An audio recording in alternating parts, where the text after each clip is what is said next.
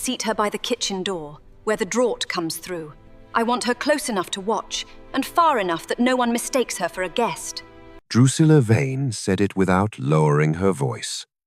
Behind her, footmen carried in white lilies by the armful, and a quartet tuned the same 4 bars again and again, and the whole of Thornbury Hall smelled of beeswax and cut flowers and money she had not earned.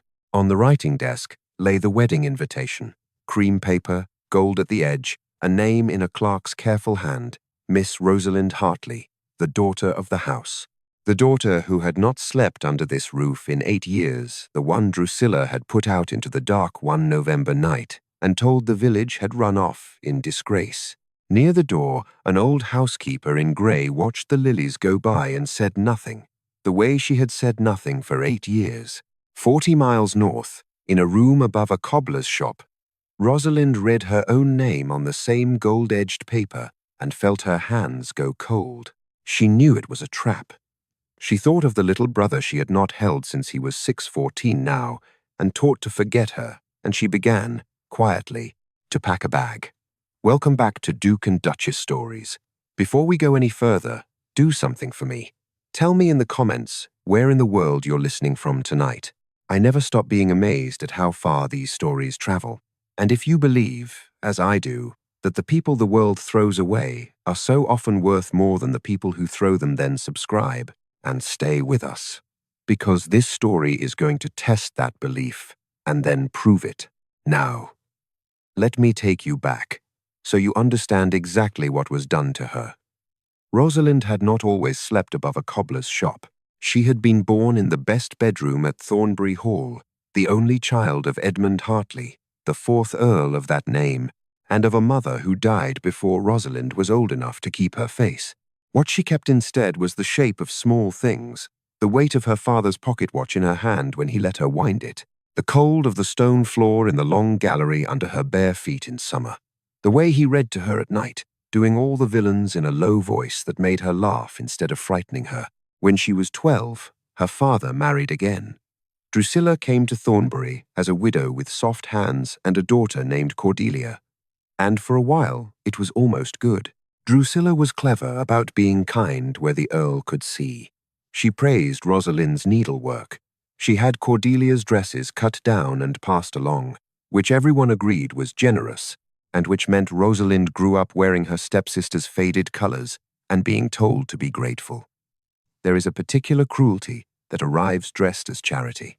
Rosalind learned its taste early, and she learned to swallow it without making a face, because her father was happy, and his happiness was worth more to her than her own pride. Then Henry was born. He was Drusilla's son, the Earl's son, the boy who would inherit everything, and from the first night, it was Rosalind he wanted. She was the one who walked him up and down the gallery when his teeth came in. She was the one who could stop his crying with the villain's voice she had learned from her father. When thunder came over the moor and rattled the old windows, it was Rosalind's bed Henry climbed into, and Rosalind's arm he slept under, and Rosalind who whispered that the noise was only the sky moving its furniture and there was nothing in it that could reach him. She raised him more than his own mother did, and she did it gladly. And that, though she could not have known it then, was the thing that would be used against her. The Earl's heart gave out when Rosalind was 18 and Henry was 6. He died on an ordinary Tuesday, between breakfast and the post, and the house had not finished going quiet before Drusilla began to move. There were papers. There was a solicitor Rosalind had never seen, a thin man from another county who would not meet her eye. There was a great deal of talk, conducted in rooms she was no longer invited into, about what the late Earl had truly wanted, and about how a young woman of 18 could not be expected to manage an estate, and about how fortunate it was that Drusilla was willing to carry that burden until matters were settled. Matters were never settled. That was the point of them. What Rosalind understood, far too late, was that her father had meant to provide for her and had trusted the wrong woman to see it done. There was a will. Mrs. Pellet had watched the Earl sign it, and watched 2 grooms witness it, in the library, with the autumn light coming through the tall windows. And there was, some weeks after the funeral, a smell of burning paper from the library grate one evening when the family was meant to be at supper, and a thin man from another county leaving by the side door, and after that there was no will at all, only Drusilla's word about what the Earl had wanted. And Drusilla's word, it turned out, was law in a house where she had quietly replaced every servant who remembered things and kept only the ones too frightened or too old to speak. She kept Mrs. Pellet because Mrs. Pellet had nowhere to go. She did not think a woman of 70, who said little and curtsied low, was worth being afraid of. People who measure others by their use very often make that mistake. The casting out, when it came over Henry. He was a sturdy, laughing boy of 6 who followed Rosalind everywhere, and Drusilla had begun to notice it. The way he ran to his sister and not his mother, the way he reached for Rosalind's hand crossing the yard. A lesser jealousy might have let it be. Drusilla's was not a lesser kind. One evening she came to Rosalind in the nursery and told her, calmly, the way one discusses the weather, that it would be better for the boy if his half-sister were gone. That Rosalind was confusing him. That a girl with no fortune and no prospects, hanging about the air, would only ever be a complication, and complications were tidied away. Rosalind said she would not leave Henry, so Drusilla made certain she would have to. The story she told was simple, and a simple lie is the hardest kind to undo. She told the household, and then the village, that money had gone missing from the Earl's strongbox. She told them that the elder daughter had always been wild, always been resentful, always been jealous of the little heir, and that one could hardly be surprised. She did it so well that there were people who pitied her for it, and to Henry Small, bewildered, only 6, she said the cruelest thing of all, which was that Rosalind had chosen to go, that his sister had grown tired of him and run away and was not coming back and was not worth crying over. He cried anyway. Rosalind heard him through the nursery door on the night they put her out, calling her name in the dark, and she was not permitted to answer it. That was the wound, not the lost house, not the stolen name, not the cold of the road. The sound of a child calling for her through a door she was not allowed to open. 8 years without a letter. 8 years without a word of how he had grown. 8 years of not knowing whether he still believed she had abandoned him, or whether, somewhere under all of Drusilla's careful poison, he remembered the arm he had slept under in the thunder. She walked to the next village that night, and the one after that, and she did not stop until she was somewhere no one had heard the lie. She had a little money sewn into her hem, not stolen, saved, a few coins a fortnight put by over years for no reason she could have named at the time, as though some part of her had always known a door would one day be locked behind her. She had her hands. She had a sharp memory and a steady stomach, and the particular hard-won calm of a girl who had learned, raising someone else's frightened son, that panic helps no one, and that the way through a bad night is to keep your voice low and your hands moving. The first winter nearly finished her. She will not have told you that, because she was not a woman who counted up her own sufferings for an audience, but there was a winter, the first one, when she slept in a hayloft and took in mending by a window until her fingers would not close, and ate what she was given, and sometimes was given nothing, and did not once write home, because there was no home, only a house with her name burned out of it. What saved her was an apothecary's widow in a town she had wandered into half-frozen, who needed a girl to grind powders and roll pills, and had no patience for fine manners, but a great deal of patience for anyone who would work. From the widow, Rosalind learned the trade a piece at a time. She learned to break a fever and to dress a wound that wanted to turn bad. She learned which herbs steadied a laboring woman and which would do nothing but cost her money. And then, one night, when the proper midwife was 3 villages off and would not come in the rain, Rosalind learned the thing that would become her life. She learned to turn a child that was coming wrong by feel in the dark, with a frightened mother gripping her wrist, and to bring it out alive and breathing, and lay it on its mother's chest, and to keep her own voice low, and even the whole time, so that the fear in the room had nowhere to catch. By the time she was 22, she was the woman 3 villages sent for when a birth went hard at 2 in the morning.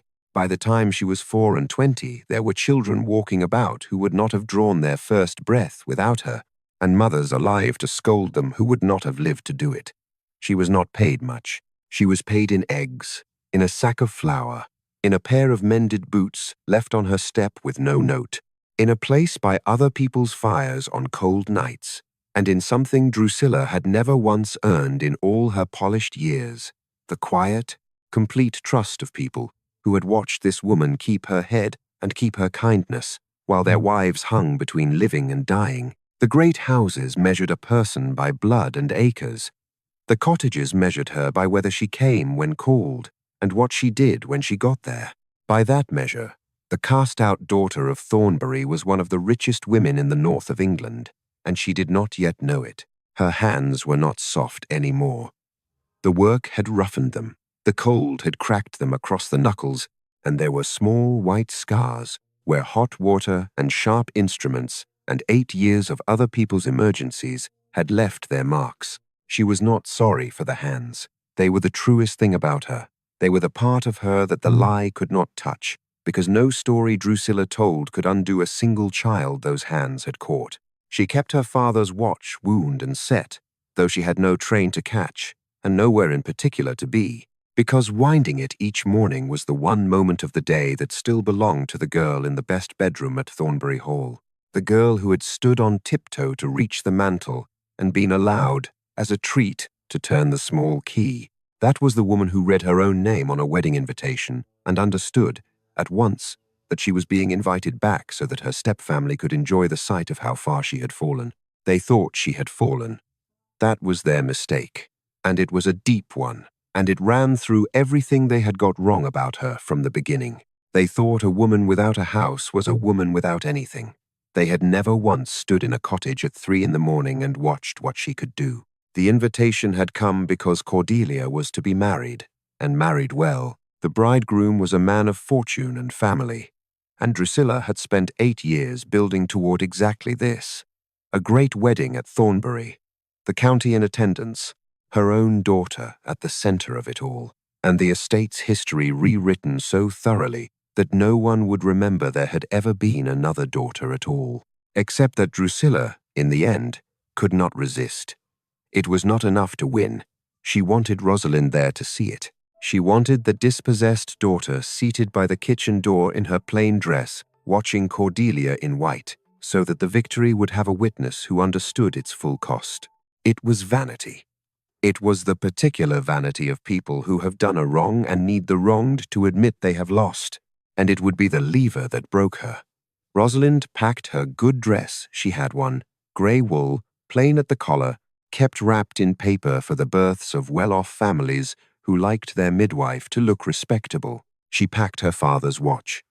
She told the apothecary's widow, who was old now and frightened for her, that she would be back within the week. "They mean to hurt you," the widow said.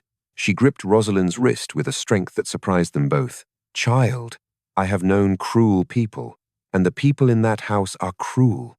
They are not inviting you to a wedding. They are inviting you to a punishment. Don't go."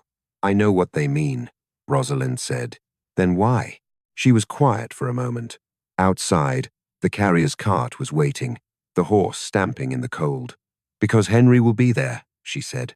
"He'll be 14 now, and in 8 years no one has ever told him the truth. I am not going for them. I am going so that for one afternoon I am in the same room as my brother, and if I never get another, I will have had that." The widow let go of her wrist. She did not have an argument against that, because there is no argument against it. That night, Rosalind did not sleep. She sat by the small iron stove with her father's watch open in her hand and let herself, for once, remember on purpose, instead of being ambushed by it. She remembered the day Henry split his knee open on the mounting block in the yard. 4 years old, more frightened of the sight of it than hurt by it, and how she had pressed her thumb over the cut and told him in the villain's voice that the graze was just his body showing off. Look how much it had to spare, and he had laughed through the tears and forgotten to be afraid, and the laughing had steadied him better than any pressure she could have used. She had not known then that she was learning her trade. She had only known she could not stand the boy being frightened. She remembered teaching him his letters with a stick in the wet sand by the beck, because there were no slates to spare for a second child. She remembered the particular weight of him asleep, heavier than a thing that size had any right to be, the dead-weight trust of a child who has decided, completely, that the arm under him will not move. The boy who taught me to be gentle, she thought. The boy I was thrown out for being gentle with. The boy who has been told for 8 years that I left him because I was tired of him.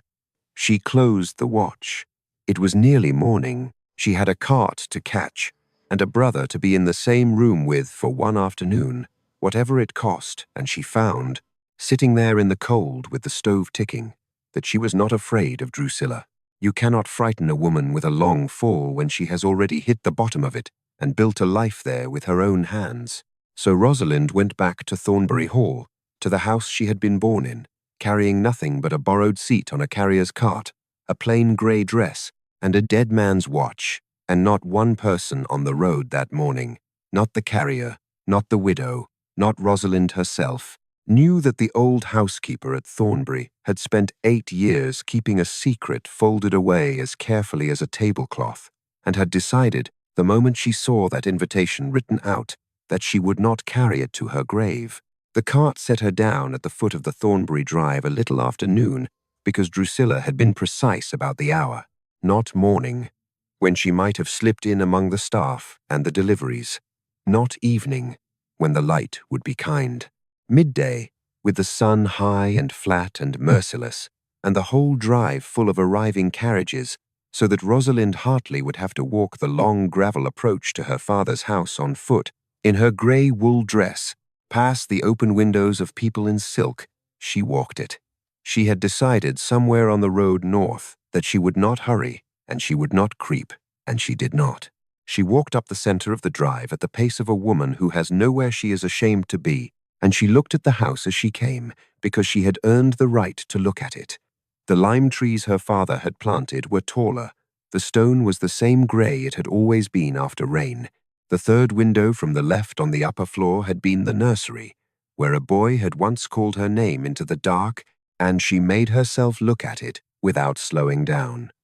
A footman in new livery stopped her at the door. He did not know her face.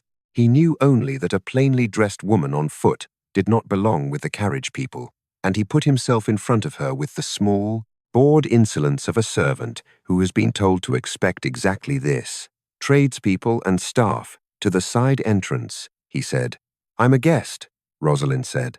"Rosalind Hartley. There's an invitation in my name." She watched the calculation move across his face, the plain dress against the grand name, the impossibility he had been warned about made real on the step.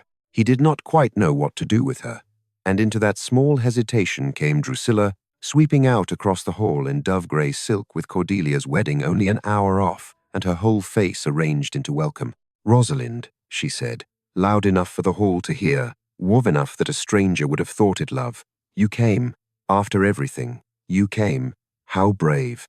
She took Rosalind's roughened hands in her own soft ones and turned them over, gently, as if admiring them, so that the nearest guests could see the cracked knuckles and the scars.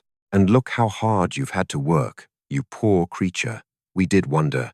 We did so wonder what had become of you, after you left us all in such a hurry." There it was. The lie, 8 years old, laid down again in front of witnesses as smoothly as fresh linen. "After you left us." Rosalind took her hands back. "I didn't leave," she said, quietly. Not a scene, just a fact, set down on the table between them. Drusilla's smile did not move, but something behind it did. "Of course not, dear," she said, and turned to the gathering guests with the bright, sorrowful air of a woman managing an unwell relative. "She's had such a difficult time. Be kind to her today." And she swept Rosalind through into the great hall on a tide of false concern, steering her by the elbow toward the long tables, toward the worst seat in the room, toward the kitchen door and the draught. And Rosalind let herself be steered, because she was not looking at Drusilla. She was looking at the far end of the hall, where a tall boy of 14 with the Earl's own dark hair stood half turned away, not yet aware of her, and she had stopped breathing. He was tall now, That was the first thing. The thing that undid her, the boy she carried, had become someone who would have to bend to be held. He had the Earl's dark hair, and the Earl's way of standing with his weight on one leg, and he was listening to something Cordelia was telling him with the polite, closed face of a child who has learned not to ask certain questions. Henry, 14 years old, in a good coat, in the house that should have been half hers and would one day be all his, and he did not know her at all. Drusilla saw where she was looking. Of course she did. Drusilla had built the whole afternoon around exactly this, and she leaned close, under the noise of the quartet, and said in a voice meant only for Rosalind, "He doesn't remember you." I made very sure of it. To him, you're a sad story, his mother told him once, about a wicked girl who stole and ran. Sit where I've put you, and watch him, and understand that he is mine. Then she raised her voice again, all warmth, and said, "Here's your seat, dear, by the door. We thought you'd be more comfortable away from the crush." The seat was at the end of the longest table, beside the kitchen door, where the servants came and went with the draught at her back. From it, she could see the whole length of the hall, the high table, the place where Cordelia would sit in white. It was a seat designed to be seen from, and not seen close enough to watch every part of her own dispossession, far enough that no one would mistake her for one of them. Rosalind sat down in it without a word, and folded her scarred hands in her lap, and kept her eyes on the back of her brother's dark head. What she did not see, because no one ever saw her, was the grey-dressed old woman by the great fireplace who had watched the whole of her arrival. Mrs. Pellet had watched Rosalind come up the centre of the drive on foot, and thought, with a lurch under her ribs, "She walks exactly like him, like the Earl, God rest him."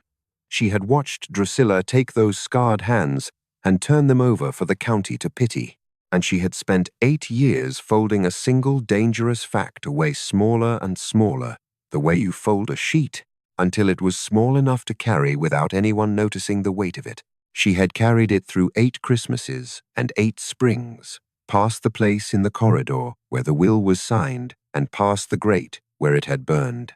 Now, watching the rightful daughter of the house being steered toward the worst seat at her own father's table, the old woman found she was done carrying it. She did not yet know how she would set it down, or when. She only knew she had brought the laundry woman 40 miles for a reason, and that the reason was nearly here, and that her own hands, for the first time in 8 years, were perfectly still. The afternoon was built to break Rosalind, and it was built in stages. The first stage was the dress. Cordelia came to her early, before the ceremony, trailing 2 of her bridesmaids, and stood over Rosalind's chair pretending to admire the grey wool. "Oh, it's so practical," she said, fingering the collar.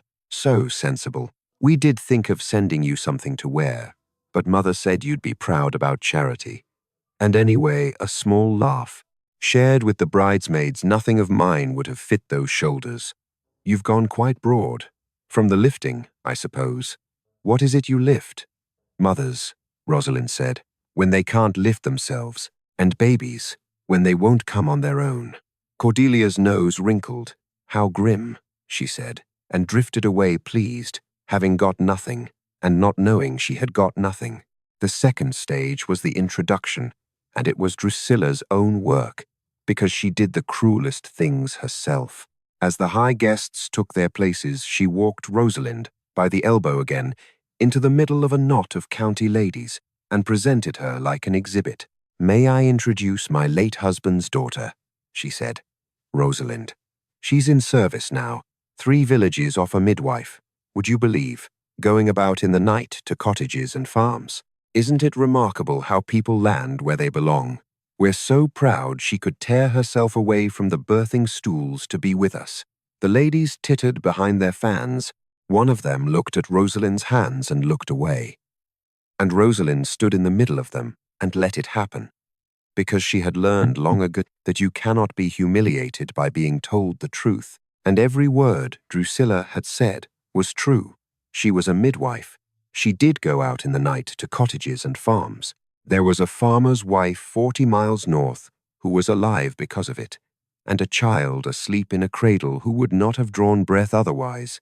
And these ladies with their fans had never in their lives done one thing as real. She had not yet said any of that. She was saving it. She did not entirely know, yet, for what.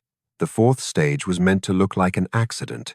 A footman, not the bored one from the door, a younger one, who would not quite meet her eye, and who had plainly been told what to do, came past her chair with a tray of claret, and let the lip of a glass tip as he turned, so that a long red ribbon of it ran down the front of her grey dress. "Oh, beg pardon, miss," he said, too quickly, already stepping back. From 3 seats up, Cordelia put a hand over her mouth in a delight she did not bother to hide. "Oh, your dress," she said. "You're only one, I expect. What a shame. You can hardly sit at a wedding like that, can you? Perhaps you'd be more comfortable in the kitchen after all." A small laugh ran along the table, the kind that gives others permission, and several of the silk guests took it up. Rosalind looked down at the stains spreading across the wool. Then she did a thing none of them expected, because it came from a life they knew nothing about. She took the napkin from her lap, dipped a corner in her water glass, and began calmly to lift the wine from the cloth with the steady, practiced motions of a woman who has cleaned far worse than claret off far better things than a dress. At hours of the night these people had never once been awake for. She did not colour. She did not hurry.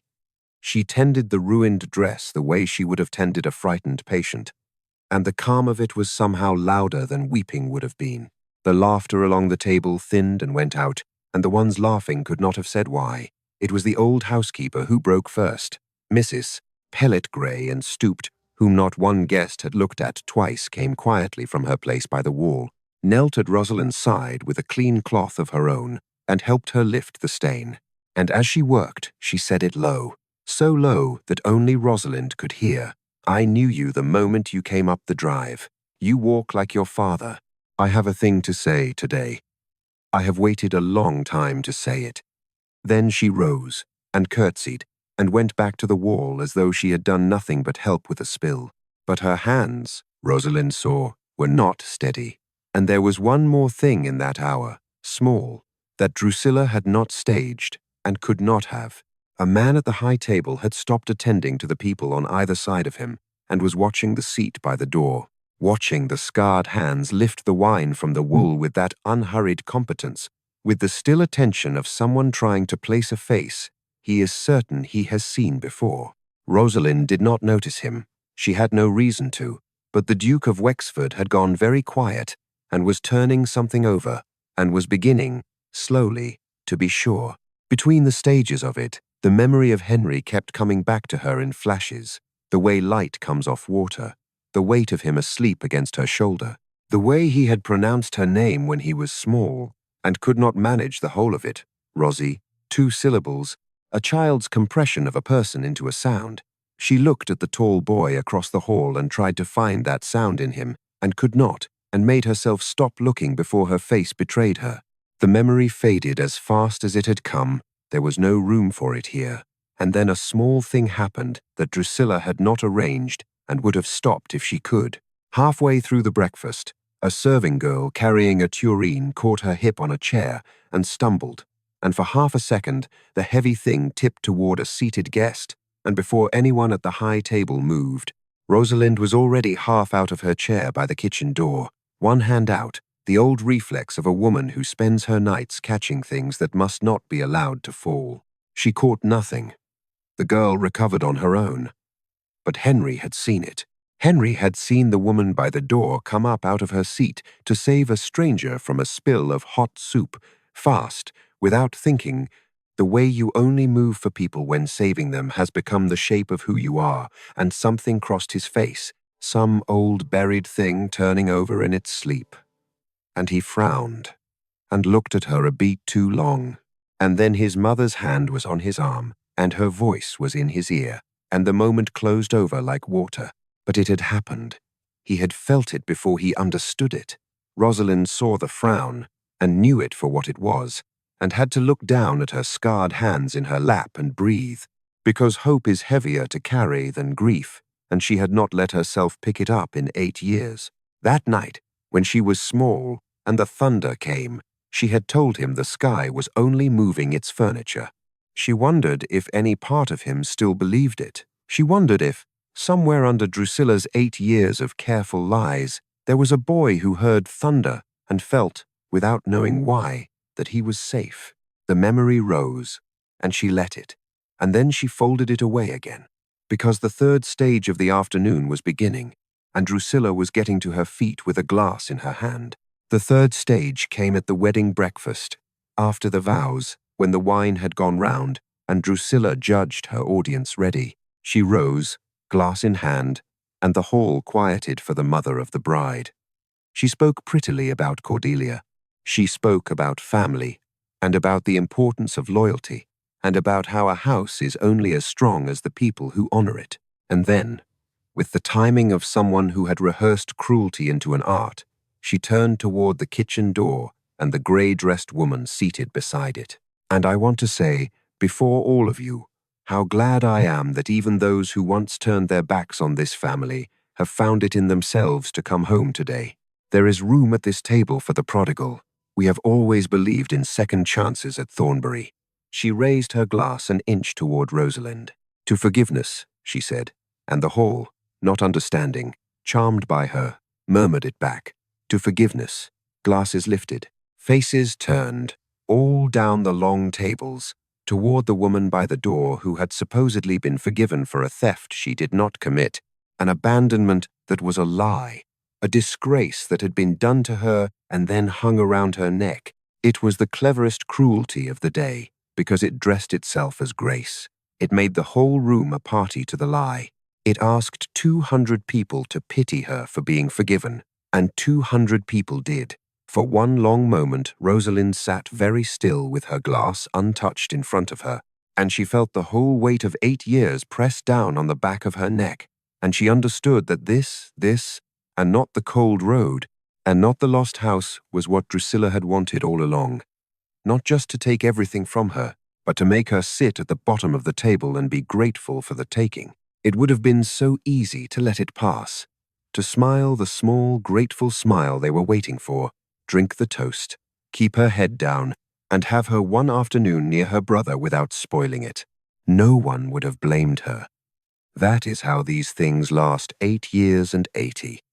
Because the wronged are tired, and the room is against them, and silence is the path of least resistance. And Rosalind stood up. She had not planned to. Her body did it before her mind agreed. The way it did at 2 in the morning when a voice in the dark said the bleeding won't stop up, and steady and calm. She lifted her own glass. The hall, expecting a meek and grateful word from the forgiven prodigal, went quiet to hear it. "Thank you," she said. Her voice did not shake. 8 years of telling frightened women that everything was going to be all right had given her a voice that did not shake. "You're right that there should be room at this table for the truth. So let me toast it too." She looked at Drusilla, and she smiled, and it was not a cruel smile, which made it worse. "To the truth," she said. "It keeps, however long you bury it, it keeps, for just a moment, in front of the county." Drusilla's careful face slipped, and across the hall, by the great fireplace, an old woman in grey set down the jug she was carrying, very quietly, and took one step forward. Mrs. Pellet had heard enough, but it was not the housekeeper who moved first. It was the Duke of Wexford, Edmund, of the next estate, a man of 32 with a plain, serious face, invited because Drusilla collected titles the way she collected lace. He had spent the breakfast saying little and watching a great deal. He had watched the seat by the door. He had watched the wine go down the grey dress, and the scarred hands lift it out. He had watched a toast dressed up as forgiveness, and then a woman decline, with great courtesy, to be broken, and by now he was certain of the thing he had been turning over for the past hour. 8 months earlier, the Duke of Wexford had sat up the whole of a night in a labouring room 40 miles north, while a woman he had never seen before brought his sister and her child safe through a birth that 2 physicians had given up on. She had never raised her voice. She had refused payment. She had been gone before morning and left no name, and for 8 months he had been quietly trying to find her. He knew those hands. He set down his glass and rose, and a duke rising silences a room faster than any quarrel. Into that silence he said, "Forgive me, but I believe I know this woman, and I think, before another word is said in this house about who owes whom forgiveness, the company ought to hear how I came to know her."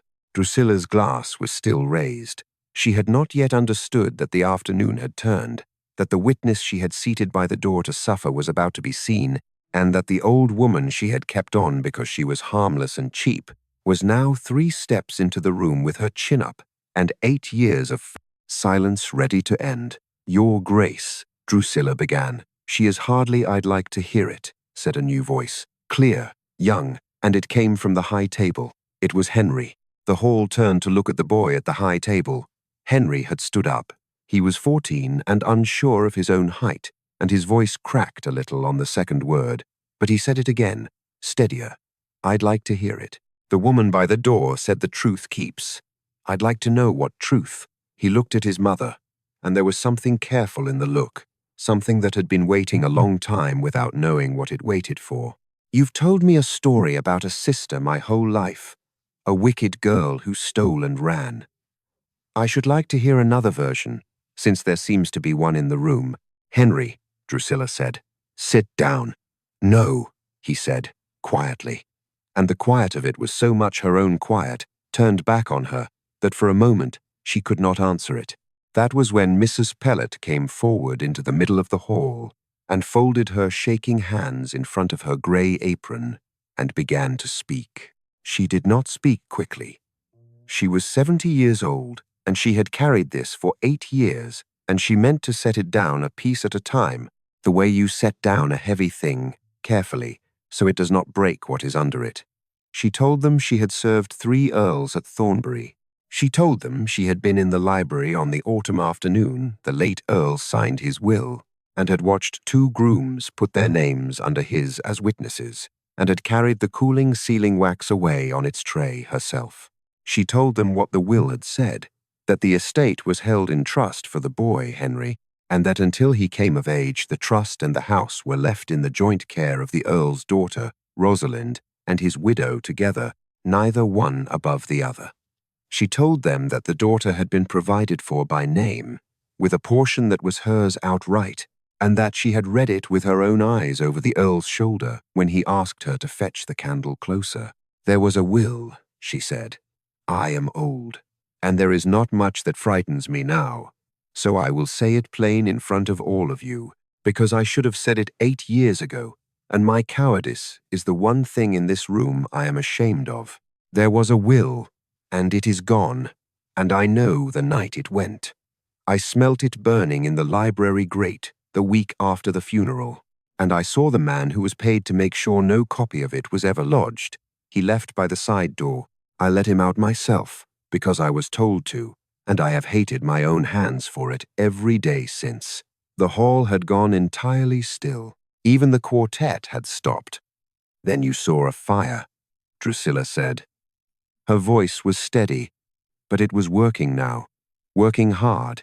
"An old woman, a grate, a chill autumn. This is grief and confusion, nothing more. Who here will take the word of a housekeeper against the word of the mistress of this house? For a moment, it nearly worked. That is the thing people forget about a lie that has stood 8 years. It has weight of its own, it has habit on its side, and a room would rather believe the comfortable thing than rearrange everything it thought it knew. Rosalind watched a few of the county faces begin, almost gratefully, to settle back toward Drusilla, a housekeeper, a grate, an old woman's confusion. How much easier. "I will," said the Duke. He did not raise his voice. He did not need to.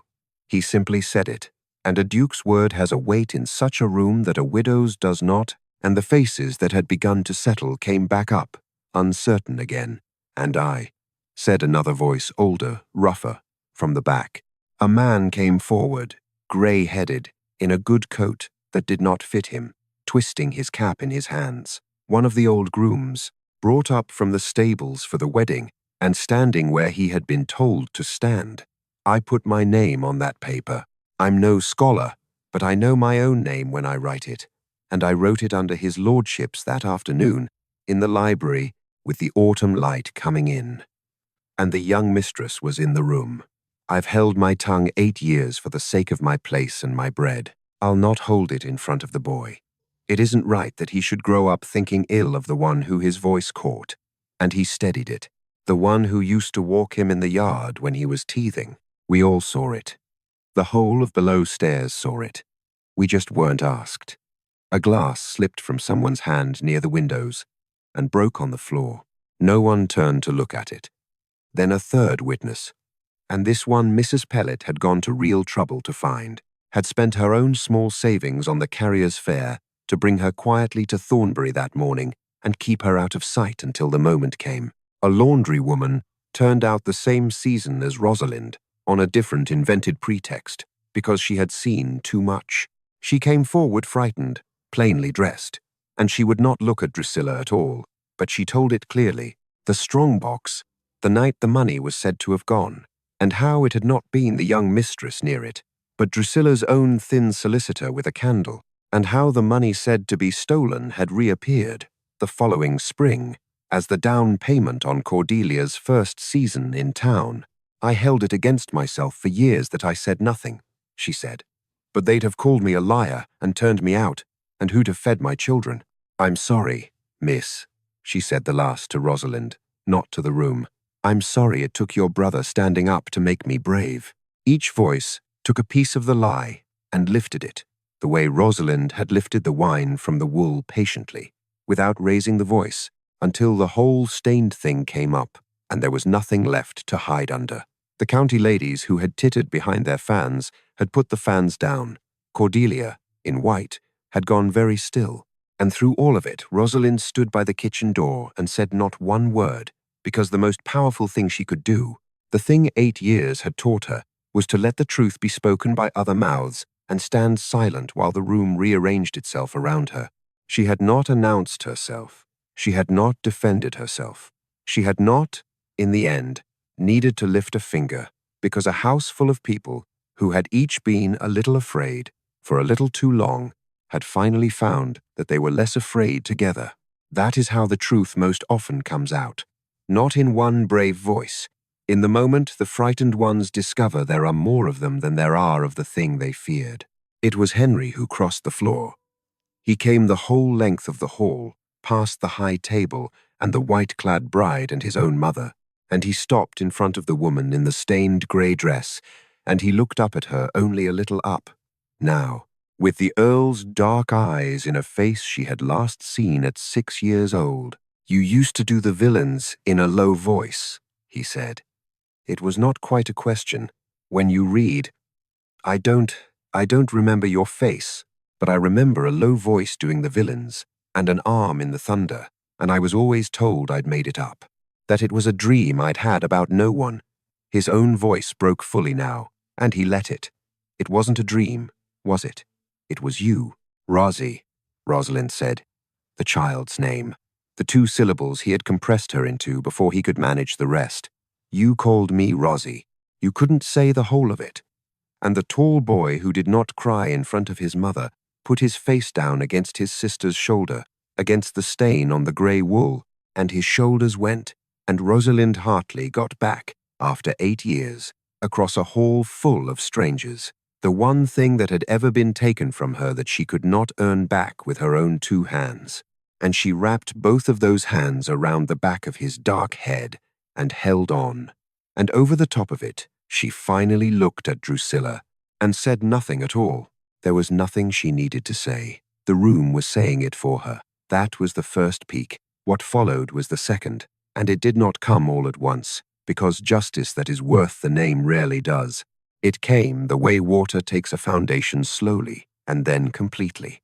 It began that same afternoon, in the hall, while the guests were still there to see it. The bridegroom's father, a careful man with property of his own and a great deal to protect, rose from the high table, white about the mouth, and said that in light of what had been heard, he could not in conscience allow the marriage settlement to stand until the matter of the estate was looked into, by people whose business it was. The bridegroom would not be marrying into a house under that kind of cloud. He said it not unkindly, but he said it in front of everyone, which was the only way it could be said, and the bridegroom himself did not argue. He looked at Cordelia once, the way a man looks at a coat he has decided not to buy, and looked away. Cordelia, who had been a bride for less than 2 hours, sat at the center of her own wedding and watched it come apart. She did not weep prettily for sympathy. There was no sympathy in the room to weep for.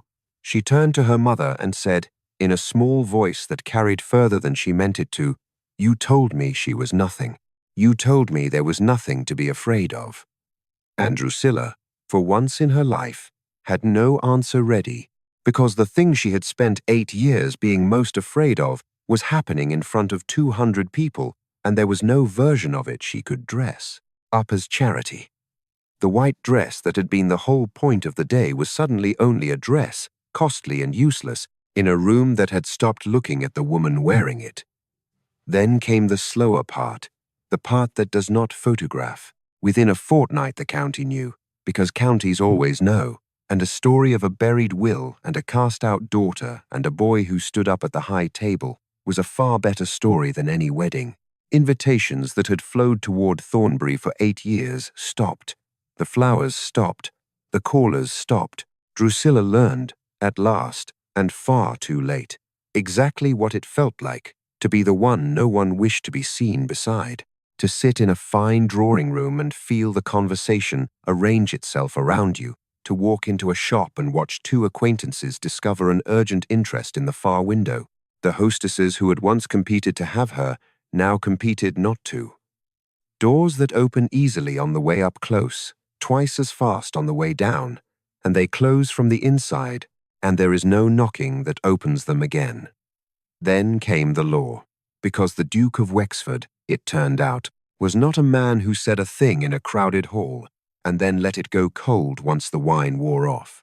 He came to see Rosalind the following week, not at Thornbury, but 3 villages off, at the apothecary's, where he found her grinding willow bark with her sleeves pushed up, and where he stood awkwardly among the jars and said he had spent 8 months trying to find the woman who saved his sister, and had found instead that the world had been doing her a far older wrong, and that he intended to help set it right, and that he hoped she would not refuse his help out of pride, because he had watched her refuse payment once already, and did not think his nerves could survive watching her refuse justice too. She did not refuse it.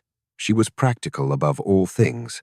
She let him stand the cost of the inquiry, and she let the grey groom swear his account before a magistrate, and she let the thin solicitor from another county threatened, now with the loss of far more than a fee, give up Drusilla to save himself, as such men always do. There was no surviving original of the will. The fire had seen to that. But there were enough living witnesses to its making and its burning: the groom who had signed it, the housekeeper who had carried away the wax, a second groom found and brought in, the laundry woman, and at last a clerk in the dead solicitor's old chambers who produced, from a box of papers no one had thought to burn, a single line in a daybook recording a payment to attend Thornbury, late Earl's testament. Discretion. It was not much. It was enough. The courts did the thing. Courts do slowly, and then all at once. They set aside Drusilla's 8 years of stewardship as fraud, restored the estate to the trust exactly as the Earl had written it, and named the trustees. The Earl had named the widow struck out for cause, and the daughter, Rosalind Hartley, standing in her rightful place beside the boy until he should come of age. Drusilla was stripped of all of it. The house no longer hers, the income no longer hers. The name she had spent 8 years polishing now the very thing that made a room go quiet when she entered it. The family asked, for Henry's sake, that it not come to a public trial, and so she was not arrested in the end. But she was ruined as completely as ruin comes without a cell. She left Thornbury on an ordinary grey morning, in a hired carriage and not a carriage of her own, and not one soul came out onto the drive to watch her go. The lime trees the Earl had planted threw their shade across an empty gravel approach, and the great front door stayed shut, and at the closed door, the empty drive was the whole of her farewell. She had once put a girl out of that same door into the dark, The door did not remember it. Doors never do. But the house did, in the way houses do, and it let her go without a sound. There was one more thing, and it surprised everyone, and it surprised Rosalind most of all. A letter came, some months after, in Drusilla's own hand. It was not a good letter. It was a proud woman's letter, stiff and grudging, circling the thing it could not quite say, but underneath the stiffness, for the first time in the 8 years Rosalind had known her, there was something true in it. She did not ask to come back. She did not ask for money. She wrote that she had heard the boy was thriving and was glad of it, and that she understood now what she had not let herself understand before, that she had spent her life so afraid of being nothing that she had made herself into something far worse, and that the girl she had put out into the dark had turned out to be the only person in the whole affair who had never once been small. "You were the rich one all along," she wrote, near the end, "and I could not bear it, and so I tried to make you poor. I am sorry. I do not expect it to matter. I find I needed to say it anyway." Rosalind read it twice, the way she had read the invitation. Then she put it in the drawer where she kept her father's letters, not because she had forgiven everything. Some things do not get forgiven, they only get outlived, but because a true word, even an ugly late one, was worth keeping. Justice had been done in the courts. This was something else, smaller and stranger, that the courts could not reach. The thing she did with her restored fortune was the thing that tells you who she had become in those 8 years above the cobbler's shop. She did not sell the practice 3 villages off. She kept it. She went back the same week the deed was put into her hands, still in her traveling clothes, and turned a frightened breech baby through the small hours for a farmer's wife who could pay in nothing but eggs and gratitude. And she did not charge a penny more for being, now, the Lady of Thornbury Hall. The farmer did not even know. He thought he had sent for the midwife. He had.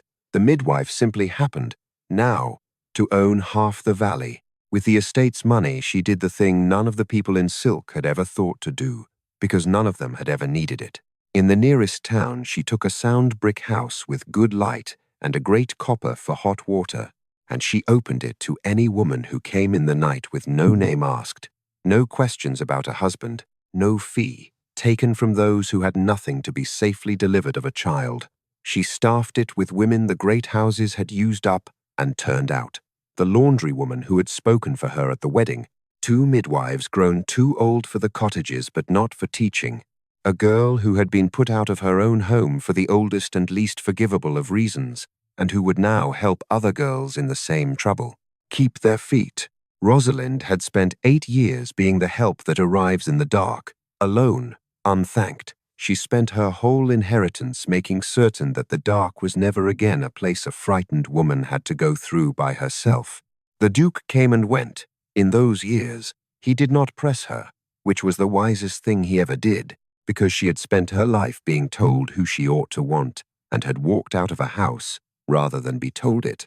He simply turned up at the lying-in house with a cart of coal in February, at Thornbury for Henry's birthdays, at the apothecary's once or twice with no errand he could plausibly name, and made himself useful, and waited, and let her arrive at her own conclusions in her own time, the way a good midwife lets a thing happen when it is ready, and not before. What grew between them grew slowly, and was the stronger for it, and the county, which had once arranged its evenings around Drusilla, now arranged them around the hope of an announcement from Thornbury that was a very long time coming, and worth the wait when it came. But that is another story, and it is hers to tell, and she would tell it plainly and without a single ornament, because she had learned the hard way what ornament was worth. Henry came of age in time and inherited, as his father had meant him to.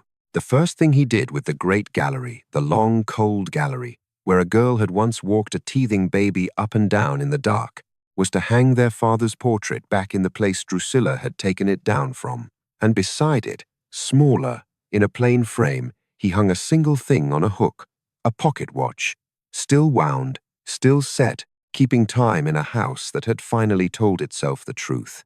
People who toured the gallery in later years Asked about it sometimes, that humble watch among the gilt frames and the painted ancestors, the family never quite explained it. They only said it belonged to the woman who had kept the house honest, and that as long as it was kept wound, the door at Thornbury would never again be shut on anyone who had nowhere else to go. If you've stayed with me to the end of this one, I'd love to know, do you think Rosalind was right to keep that letter? Or was some apologies too late to be worth the paper? Tell me below. I read every single one. And if her kind of dignity, the kind that doesn't shout and doesn't break, is the kind you want more of in your week, then subscribe and stay with us at Duke and Duchess Stories. There's always another one coming, and there's always a seat for you, and ours, I promise, is never by the door. She rose, in the end, not because a duke knew her hands, and not because a court restored her name, but because in 8 years of being treated as nothing, she had quietly become the one thing her stepmother's whole fortune could never buy. A woman the truth was glad to belong to.